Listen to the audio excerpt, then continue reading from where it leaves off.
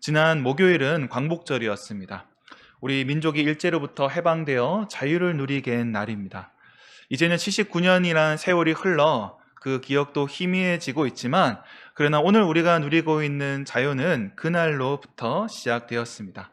자유를 되찾기 위해 수많은 사람들이 피를 흘렸습니다. 그렇게 피값으로 얻은 자유입니다. 참으로 소중한 자유라 할 수 있습니다. 그런데 다시 종이 되려는 사람들도 있습니다. 의아한 일이죠. 그때가 좋았다고 하는 사람들, 또 스스로 노예가 되고 싶어 하는 사람들, 또 노예 시절을 자랑하는 사람들도 있습니다. 이상한 사람들입니다. 그런데 어디 가나 이러한 이상한 사람들은 있습니다. 해방되어도 노예가 되고 싶은 사람, 풀려났어도 다시 감옥에 들어가고 싶은 사람, 별별 사람들이 있습니다. 그럴 수 있겠다 싶으면서도 그 모습이 기괴해 보입니다. 그런데 이런 모습이 우리들에게서도 나타난다는 것입니다. 오늘 본문은 이처럼 종이 되려는 자들을 향하고 있습니다. 자유인이 되었음에도 불구하고 다시 종의 멍에를 매는 자들에게 바울 사도는 권면하고 있습니다. 그 기이한 모습에 애끓는 당부로 시작하고 있습니다.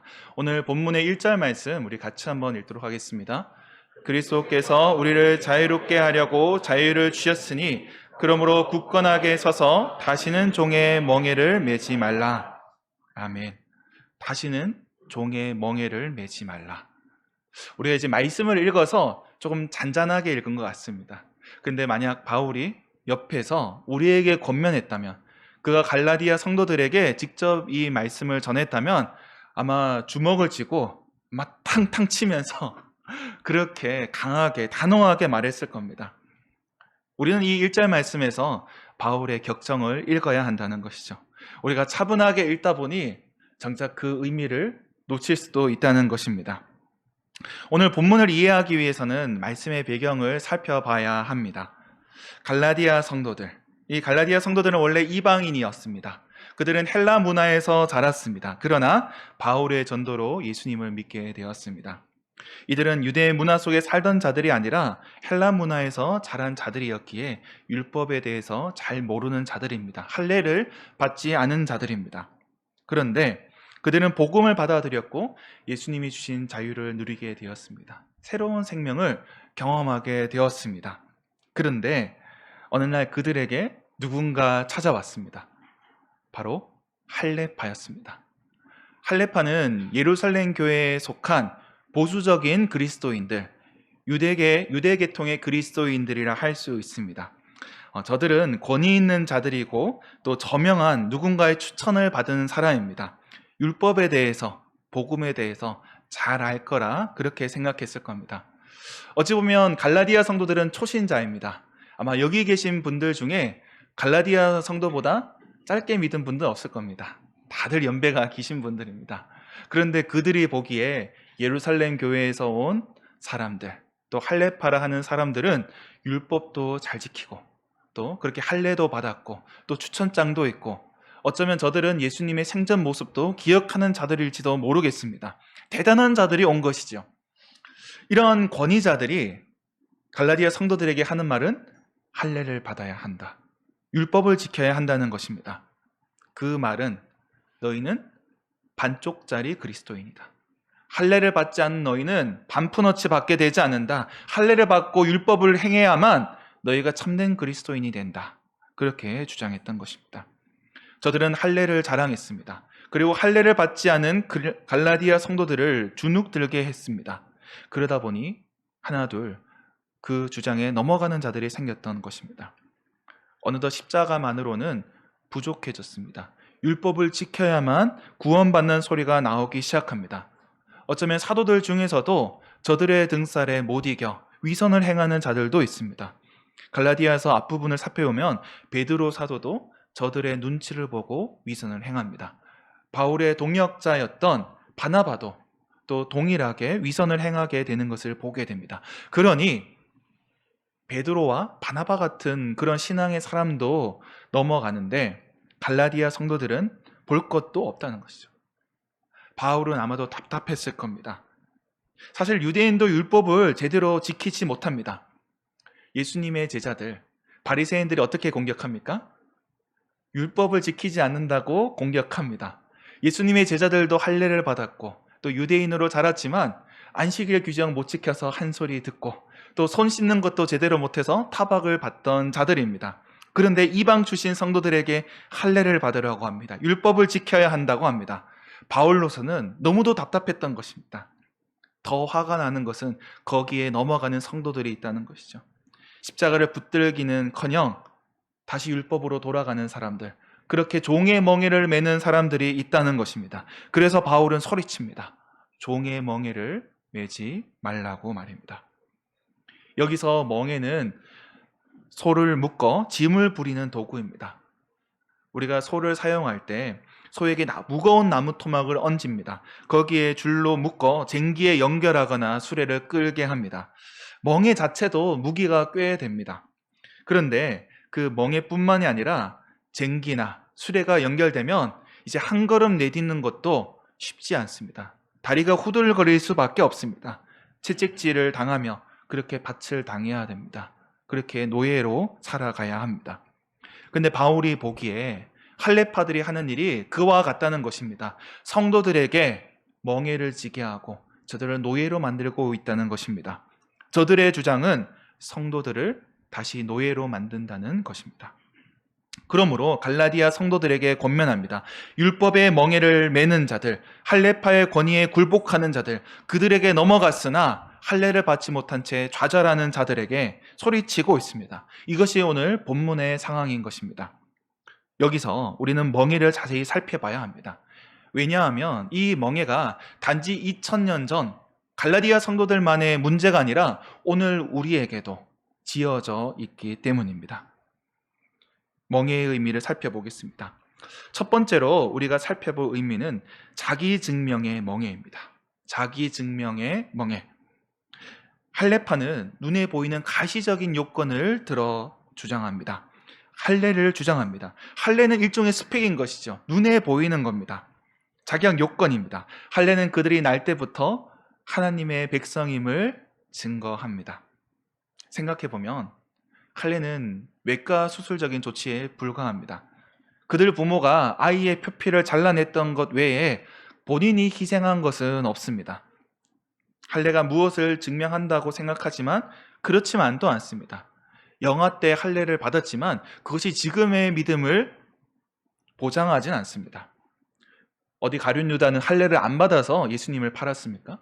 대제사장은 할례를 안 받아서 율법을 안 지켜서 예수님을 죽였습니까?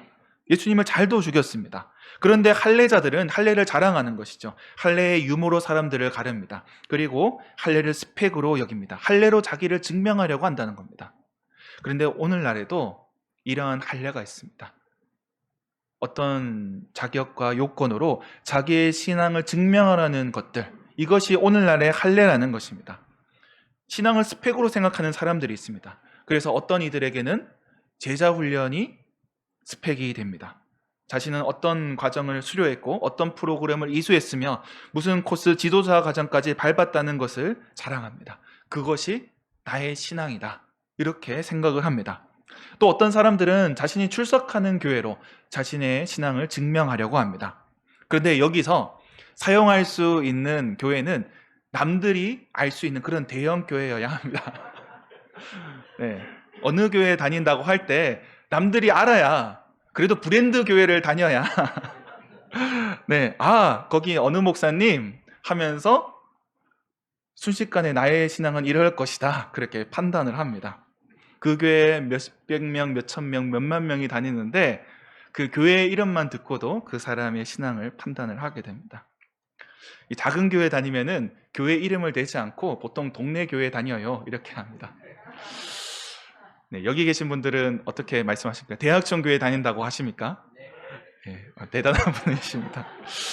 네, 저도 이제 대학청 교회 오기 전에 이제 대학청 교회 청빙을 받았습니다 하니까 교회 매니아들은 알더라고요. 그러니까 교회 생활에 열심히 사는 사람들은 알고 보통 성도들은 잘 모르는 것 같습니다. 어찌되었든 교회가 스펙이 되기도 합니다. 또 어떤 분들은 직분이 스펙이 되고 어떤 분들은 봉사의 연수가 자랑이 되기도 합니다. 어떤 분은 성가대 20년, 교사 30년, 이것이 신앙의 자부심이 됩니다. 어떤 분들은 금식의 횟수가 자랑이 되기도 합니다.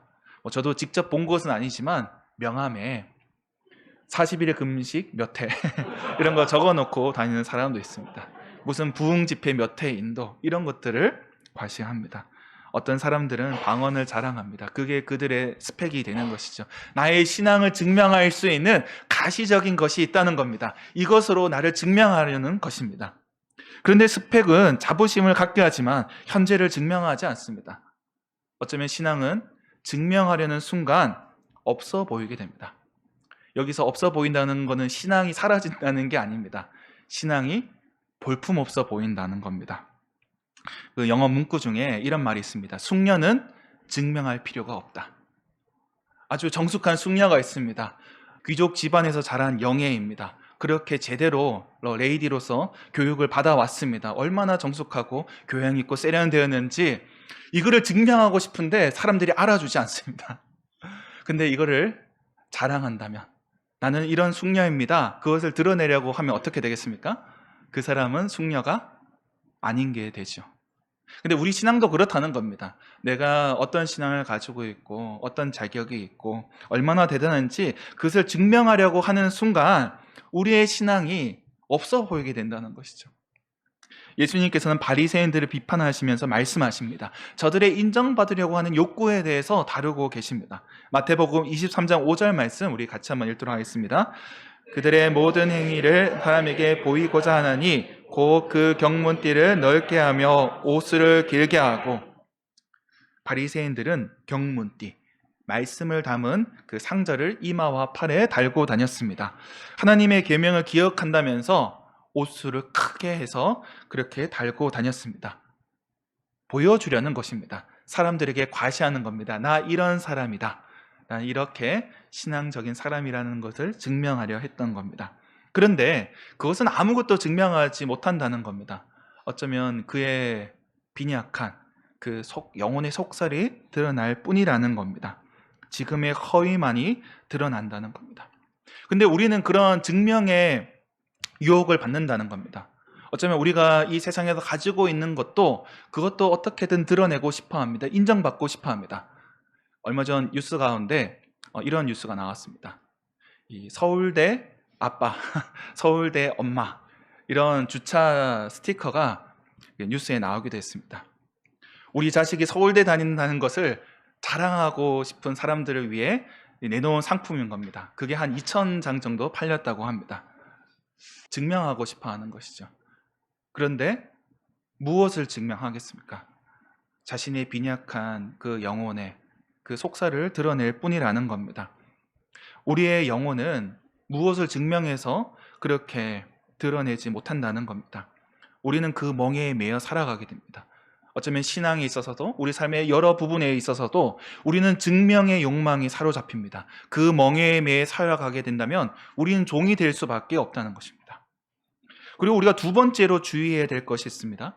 우리가 두 번째로 주의해야 될 것은 바로 권위자의 멍에입니다. 권위자의 멍에. 우리는 자칫 권위를 가진 자 또는 카리스마 있는 사람의 종이 될 수 있습니다. 갈라디아 성도들이 보기에 헬라파 사람들은 권위 있게 보였을 겁니다. 저들은 예루살렘에서 온 자들입니다. 사도들과 함께하는 사도들의 동기동창인 셈입니다. 예수님과도 함께했습니다. 저명한 자의 추천장도 있고 율법도 잘 지킵니다. 금식도 때때로 하고 또 여러 가지 규례를 지킵니다. 누가 봐도 대단해 보입니다. 저들은 말도 시원시원하게 합니다. 이럴 수도 있고 저럴 수도 있습니다가 아니라 이것 아니면 저것, 그리고 전부 아니면 전혀, 이렇게 단정적으로 단호하게 이야기합니다. 어쩌면 갈라디아 성도들은 저들의 권위에 넘어갔을 겁니다. 그런데 스스로 생각하고 판단하기보다는 이런 권위자들의 판단에 의탁하며 그들의 말을 따르는 사람들이 있습니다. 권위자들은 보통 옳은 소리를 하는 것 같지만 그래도 최종적인 결정은 우리 각자가 해야 합니다. 우리 신앙의 문제는 각자의 책임이고 최종 결정권자는 나 자신이라는 겁니다. 그런데 우리는 이걸 부담스러워합니다. 그래서 영적인 사람이 이야기하면 내가 그것을 분별하지 않고 그것에 넘어가게 됩니다. 하나님의 뜻으로 바로 받아들인다는 겁니다. 목회자들이 하는 고민이 있습니다. 성도들이 나쁜 남자를 좋아한다는 겁니다. 네, 나쁜 남자는 어떤 사람입니까? 상대를 배려하지 않고 자기 욕망대로 남을 휘두르는 사람입니다. 그런데 성도들 중에 이 목사가 성도의 사정과 형편을 돌보지 않고 함부로 말하고 또 자기 뜻대로 휘두르는 사람을 보면서 저 사람 믿음이 있다, 확신이 있다 이렇게 오해한다는 겁니다. 오히려 성도와 사정과 형편 때문에 조심스럽게 말하는 사람을 보면 믿음이 없나? 카리스마가 없나? 그렇게 생각한다는 것이죠. 할례파는 극단적으로 말합니다. 그렇게 단호하게 이야기합니다. 율법을 하나라도 지키지 않은 건 전부를 지키지 않은 것이다. 그렇게 이야기합니다. 저들은 다른 말로 율법주의자라 할 수 있습니다. 율법을 모두 지켜야 한다 생각합니다. 하나라도 어기면 모든 것이 어긴 것입니다.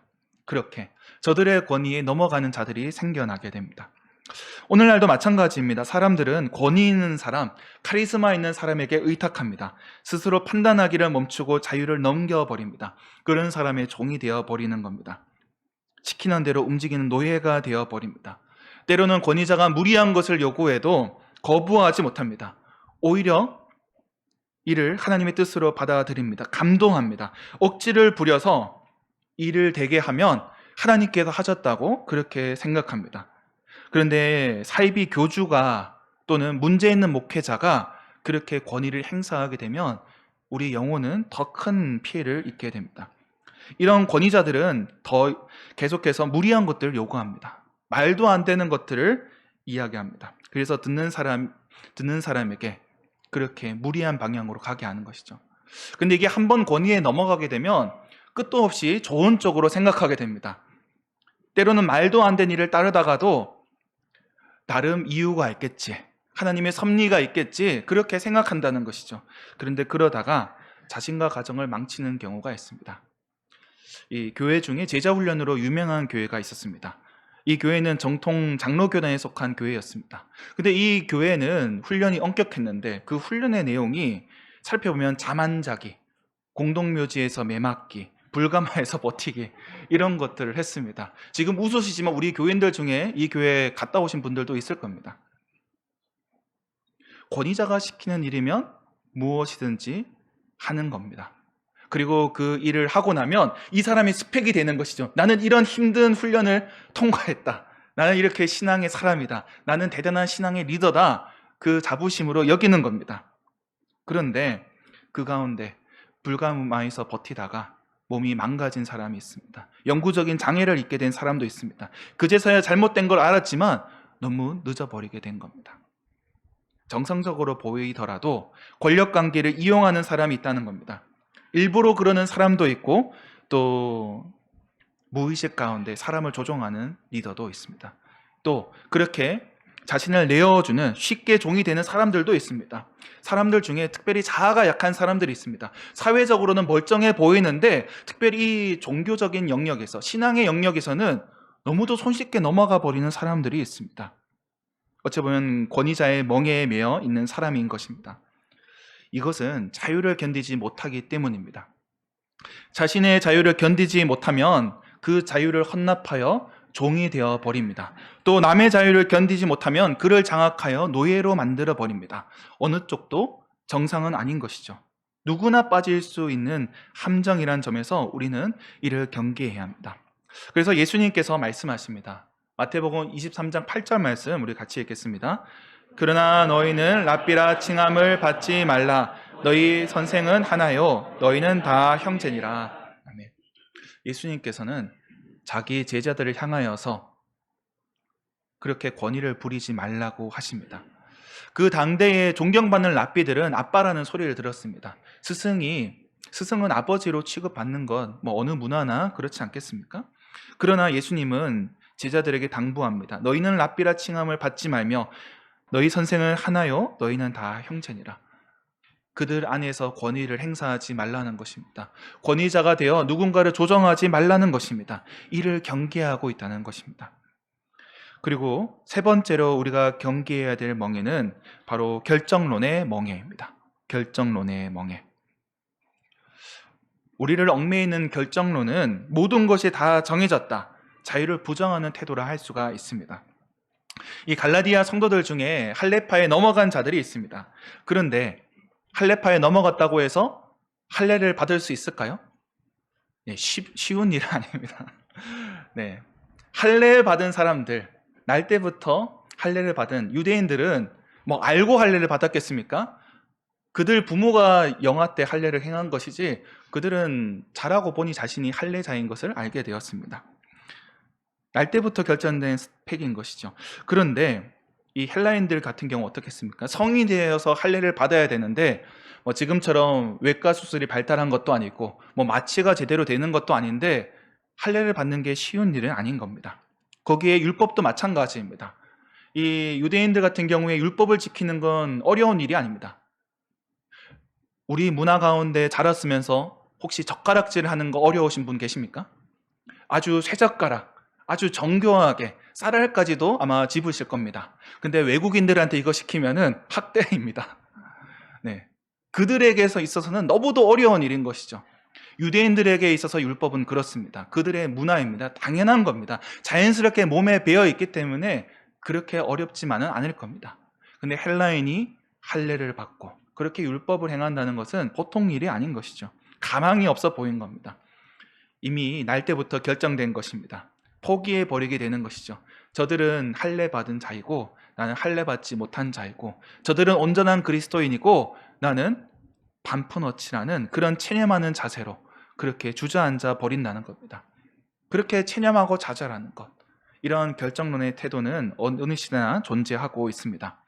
헬라 문화만 보더라도 그렇습니다. 그들은 운명의 여신에 대해서 이야기합니다. 그들의 인생의 실을 잡고 있는 여신이 있고 그 실을 끊는 자가 있고, 그렇게 여신들의 또 손길에 따라서 그들의 운명이 결정된다, 그렇게 여겼습니다.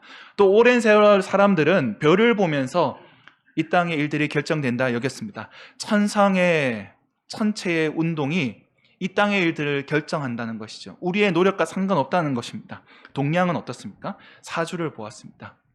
여기 계신 분들 중에 혹시 사주 보신 분들 계십니까? 보지 마시기 바랍니다. 사주의 종이 될 뿐입니다. 타로든 무엇이든 그런 것들에 발도 들이지 마시기 바랍니다. 여러분들을 얽매이게 하는 종의 굴레가 된다는 것입니다. 생년월일, 출생일시에 따라 그 사람의 운명이 결정된다 이야기합니다. 그런데 이런 모든 것들은 다 헛된 것입니다. 오늘날 결정론은 과학의 옷을 입고 있습니다. 개인적인 성향이나 습관, 또 조건, 이 모든 것들이 유전의 문제라고 합니다. 그런데 유전의 문제라고 말하는데 이것은 사실은 숨겨진 의도가 있습니다. 부모 탓을 고상하게 하는 겁니다. 내가 엄마 때문에 머리가 나빠, 내가 아빠 때문에 이 모양이야 라고 하는 거를 과학적이고 고상하면서 기분 나쁘지 않게 이야기를 하면은 유전자의 문제다, 이렇게 하는 것이죠. 결정론의 문제입니다. 노력해도 안 된다는 것이죠. 온갖 통계를 가져오고 과학적 근거를 대서 내가 안 되는 이유를 설명할 수는 있습니다. 그런데 내가 되게 하는 해결책이 될 수 없다는 겁니다. 그런데 이 시대 가운데 이러한 결정론에 사로잡혀 있는 사람들이 많이 있습니다. 주눅 들어 있는 자들이 있습니다. 우리는 안 될 거야를 입에 달고 사는 청년들이 있습니다. 앞서 말씀드렸듯이 스펙을 자랑하는 자들이 있습니다. 스펙을 자랑하는 자들이 있으면 스펙 앞에 주눅 드는 자들, 포기하는 자들이 있다는 겁니다. 누군가 스펙을 자랑하고 그것을 기뻐한다면 누군가는 스펙 때문에 좌절하고 절망한다는 것입니다. 되지 않는 문제 때문에 괴로워하고 고통받는 자들이 있다는 겁니다. 그러한 체념이 우리의 멍해가 된다는 겁니다. 이래서 안 되고 저래서 안 된다, 나열하기 바쁘게 한다는 겁니다. 체념에 사로잡힌 자들은 신앙이 병들어 있습니다. 비관적인 자들도 그렇습니다. 이 세상은 바뀌지 않을 것이고 내가 할 수 있는 일은 없다 여깁니다. 때로는 그것이 믿음인 척, 겸손한 척 합니다. 그러나 이것은 체념을 포장한 것입니다. 체념이 그의 영혼을 갉아먹고 있음에도, 그의 영혼이 골마 터지고 있음에도 이를 방치하고 있는 겁니다. 우리의 신앙이 이렇게 병들고 있다는 것이죠.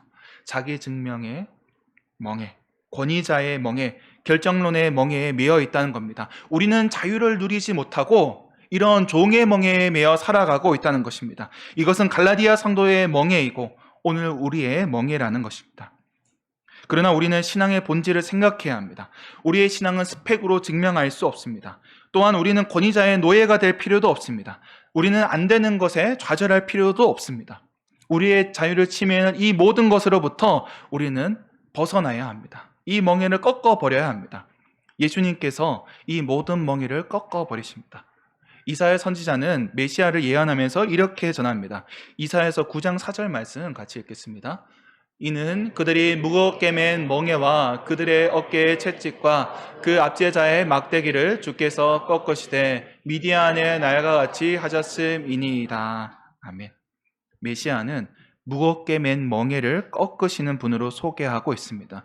우리를 억누르고 있는 멍에와 채찍과 막대기를 꺾으신다는 겁니다. 예수님께서는 이 세상의 멍에를 지고 가는 자들, 그렇게 종의 멍에를 진 자들을 긍휼히 여기십니다. 불쌍히 여겨주십니다. 그래서 그들에게 말씀하십니다. 마태복음 11장 28절 말씀 같이 읽겠습니다. 수고하고 무거운 짐진 자들아 다 내게로 오라. 내가 너희를 쉬게 하리라. 이 시대의 멍에에 눌린 자들, 그 멍에에 주저앉아 있는 자들, 괴로워하는 자들과 그들에게 쉼을 주신다 말씀하십니다. 사도 바울은 이러한 쉼이 자유라고 설명합니다. 그리스도께서 우리를 자유롭게 하기 위해 자유를 주셨다 말씀하고 있습니다. 우리는 이 자유를 빼앗겨서는 안 된다는 겁니다. 놓쳐서는 안 된다는 겁니다. 예수님이 십자가에 피 흘리심으로 우리를 자유케 하셨는데 이 자유를 빼앗겨서 안 된다는 겁니다. 사도 바울은 할례자들로 인해 갈라디아 성도들이 병든 것을 보고 괴로워했습니다.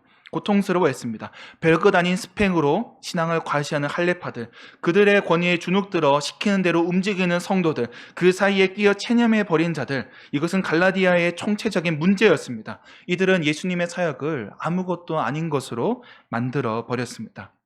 그러나 우리는 성령을 따라가야 합니다. 우리 각자를 인도하시는 성령의 음성에 귀 기울여야 합니다. 여기 계신 여러분들 모두가 성령의 뜻을 분별하며 각자 하나님의 뜻을 찾아가야 한다는 것입니다. 우리는 의무감에 사로잡혀 율법을 지키는 자들이 아닙니다. 사랑에 이끌려 섬기는 자가 되어야 합니다. 우리는 율법을 지켜서 구원받는 것이 아닙니다. 구원받았기에 그리스도의 법을 지키는 자입니다. 이 선우가 중요하다는 것이죠. 구원받은 자로서 자유를 누리며 사랑으로 자원하는 마음으로 성령을 따라 이제 각자가 자유롭게 주님의 뜻을 이루어가야 한다는 것입니다. 성령께서는 우리를 존중하십니다. 그래서 우리에게 자유를 주셨습니다. 그래서 주님의 영이 계신 곳에는 자유가 있다는 것입니다. 때로는 그 자유가 버거울 수 있습니다. 자유가 우리를 불안케 할 수 있습니다. 결정을 내려야 하는데 그 결정을 내리기가 어려울 수 있습니다. 잘못된 선택이 아닐까 불안해할 수도 있습니다. 그러나 그 불안을 감내하지 않는 자는 자유를 누릴 수 없습니다. 종이 될 수밖에 없습니다. 책임지지 않는 자는 노예가 되는 것밖에 없습니다. 그러므로 자유를 포기해서는 안 됩니다. 옆에 계신 분에게 이렇게 권면하겠습니다. 자유를 지킵시다. 말씀을 맺겠습니다. 모든 자유에는 피가 묻어 있습니다. 모든 자유는 피값을 치러야 합니다. 4.19의 시인이었던 김수영 시인은 이렇게 노래했습니다. 어째서 자유에는 피의 냄새가 섞여 있는가? 어째서 자유에는 피의 냄새가 섞여 있는가? 그는 자유에서 4.19 희생자들의 피냄새를 맡았습니다. 우리는 광복절을 맞이해서 피 흘린 자들을 기억했습니다. 이제 우리는 십자가의 피를 기억해야 합니다. 우리에게 주신 자유는 십자가의 피로 말미암은 것입니다. 우리는 그 피를 외면해서는 안 됩니다. 그 피로 우리는 자유를 누리게 되었습니다. 그러므로 이제 종의 멍에를 매지 마시기 바랍니다. 다시는 종의 멍에를 매지 마시기 바랍니다. 오늘 하루도 굳건히 서서 자유를 지키는 저와 여러분이 되길 주님의 이름으로 축원합니다. 기도하겠습니다.